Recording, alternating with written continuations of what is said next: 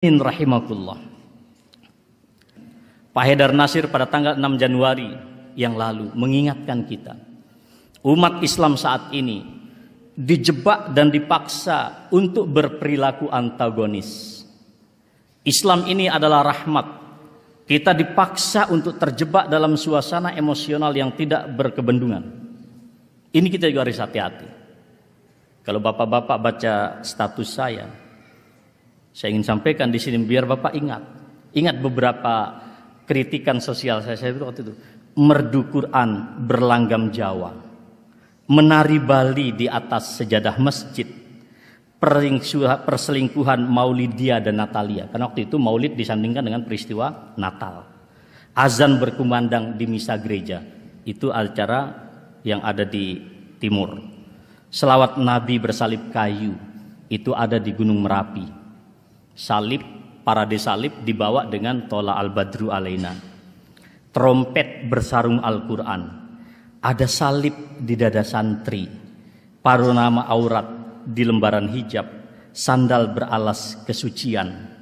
Panggang kue berlipat Quran. Aku salah, kau kutangkap. Sebetulnya ini bahasa sindiran. Ini Pak hanya beberapa bulan waktu itu. Dan pada saat itu Pak Haidar Nasir menyatakan ada upaya untuk menciptakan umat Islam Indonesia mengalami situasi yang antagonis. Selalu bersikap kasar, hal itu terlihat dan terus terjadinya pelecehan simbol agama Islam dengan berbagai modus yang ada. Saudara harus paham itu. Kita dijebak dengan suasana yang sedemikian itu. Padahal itu sama sekali tidak paham sejarah. Saya ingin katakan, republik ini berdiri karena darah para syuhada. Pak Karno menyatakan, kalau aku mati selimuti aku dengan bendera Muhammadiyah. Tapi karena aku milik republik, selimuti saja dengan sangsaka merah putih. Dan dia adalah tokoh dan kader Muhammadiyah yang ada di Sumatera waktu itu. Jenderal Sudirman mengatakan, robek-robeklah badanku, potong-potonglah jasadku, tetapi jiwaku dilindungi benteng merah putih. Akan tetapi hidup tetap menuntut bela siapapun lawan yang aku hadapi. Beliau adalah profil seorang guru di Muhammadiyah. M. Natsir, tanpa mosi integral beliau waktu itu, Indonesia tidak akan lahir menjadi negara kesatuan, karena Indonesia akan menjadi negara-negara serikat yang kecil-kecil. Juanda, tokoh Muhammadiyah, tanpa waktu itu yang disebut dengan deklarasi Juanda, kita tidak akan pernah memiliki kekuasaan laut yang sedemikian luas. Kita menjadi negara maritim terbesar di muka bumi. Semua mereka adalah para syuhada yang berasyhadu an la ilaha illallah wa asyhadu anna Muhammad Rasulullah. Dari mana Anda mengatakan orang Islam tidak peduli terhadap republik? Dari mana Anda mengatakan kita anti kebinekaan? Saya katakan nalar mereka mengalami stagnan dan tak sanggup lagi berpikir. Sejarah pun dilupakan. Umat Islam tidak boleh lupa sejarah. Ketika 7 kata di dalam Pancasila, kewajiban menjalankan syariat Islam bagi para pemeluknya, dan detik-detik terakhir Ki Bagus Hadikusumo, pimpinan pusat Muhammadiyah ketika itu, dalam suasana batin yang sangat dahsyat bergejolak. Baiklah, kalau 7 kata itu dihilangkan, maka harus diganti dengan yang Maha Esa, yang berarti adalah Tauhid.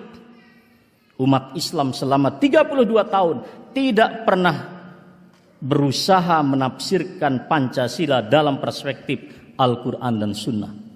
Saya tantang semua kita yang hadir di sini. Mari kita bikin buku Syarah Pancasila fi Dhawil Qur'ani wa Sunnah, sesuai dengan petunjuk Al-Quran dan Sunnah.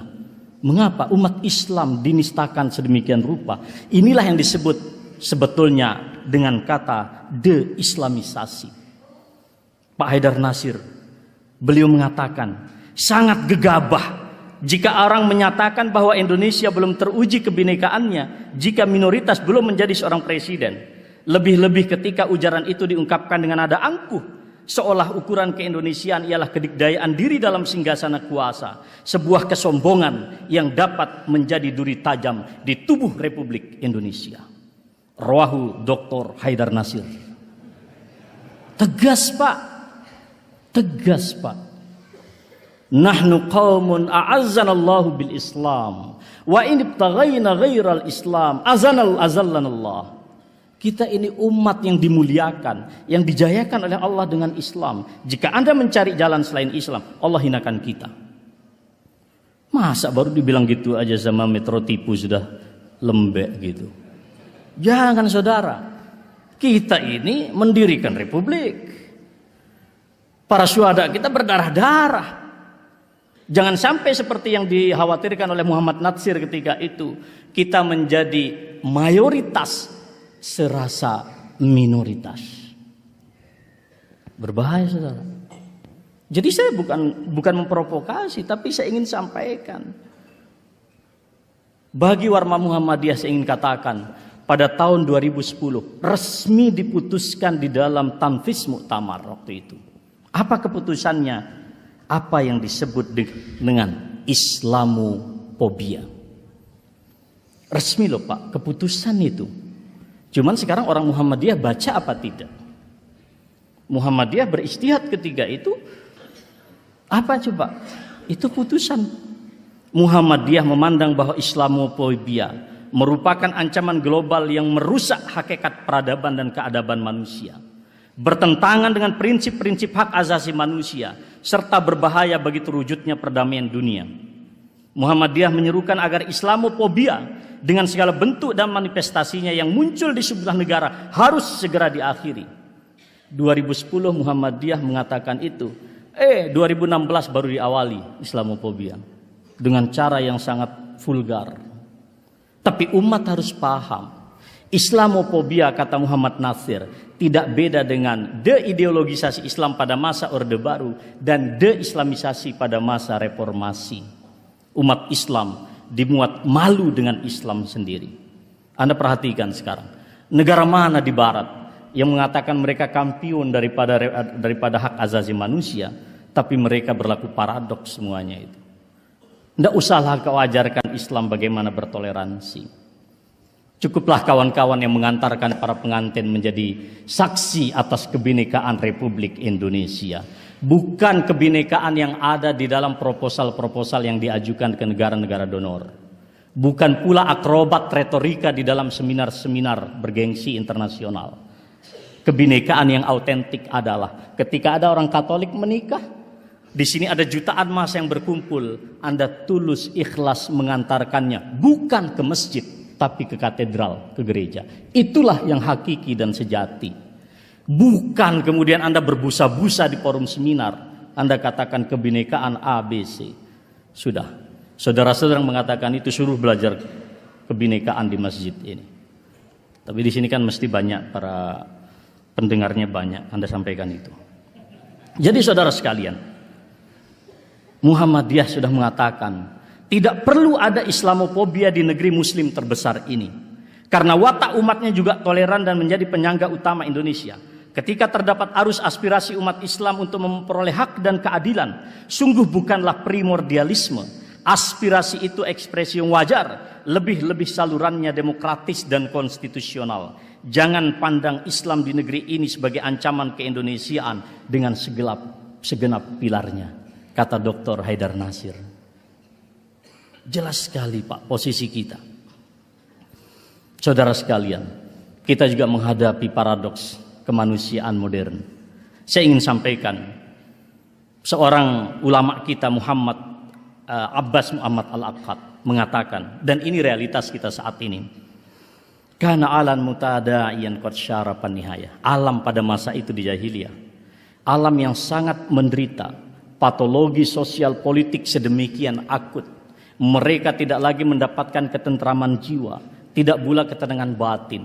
Mereka adalah orang-orang yang hidup penuh dengan paradoks. Sering saya sebut dalam status saya, realitas kita adalah realitas simulakra. Dunia yang penuh dengan simulasi, tidak pernah menggambarkan sesuatu yang hakiki di dalam kehidupan kita. Oleh karena itu saudara sekalian, saya ingin menggarisbawahi al-khatimah dari apa yang saya sampaikan. Kita harus waspada. Khususnya Muhammadiyah juga. Pada Muktamar 47 di Makassar sudah mengingatkan adanya upaya untuk menjebak kita pada apa yang disebut dengan proxy war. Kita dibuat saling bermusuhan sedemikian rupa. Maka ingin saya sampaikan di sini, dan ini ada Ustadz Bakhtiar Nasir. Saya ingat betul Ustadz, Di detik-detik terakhir waktu itu di Monas, beliau menyatakan 212 adalah sebagai simbol persaudaraan umat Islam di Republik. Saya ingin katakan, mari kita kembali kepada simbol persaudaraan ini. Dan ingin saya tambahkan, bukan sekedar simbol persaudaraan. 212 adalah bukan simbol perlawanan dan konfrontasi. 212 adalah selain persatuan umat Islam, tapi 212 menjadi konsolidasi yang luar biasa dari umat Islam untuk meluruskan arah kiblat kebangsaan dan kenegaraan kita. Sekali lagi saya katakan, jangan ada yang memahami, termasuk para intelijen yang ada di sini, jangan katakan acara ini adalah sebagai simbol konfrontasi. Saya katakan tidak. 212 spiritnya adalah simbol dan konsolidasi persatuan umat dan menyatukan semua potensi kita untuk menopang negara dalam jalan yang lurus dan benar, tapi juga memberikan masukan-masukan operasional jika kehidupan berbangsa dan bernegara kita keluar dari rel dan dari arah kiblat yang semestinya. Tugas kita kemudian adalah menawarkan berbagai macam paket solusi alternatif dan operasional bagi permasalahan bangsa dan negara kita agar menjadi baldatun thayyibatun wa rabbun ghafur. Kedepan saya pikir berbagai macam resolusi-resolusi di negeri ini dilahirkan oleh otak-otak yang disatukan Al-Quran di dalam 212. Saudara sekalian, terakhir, mari kokohkan persaudaraan ini.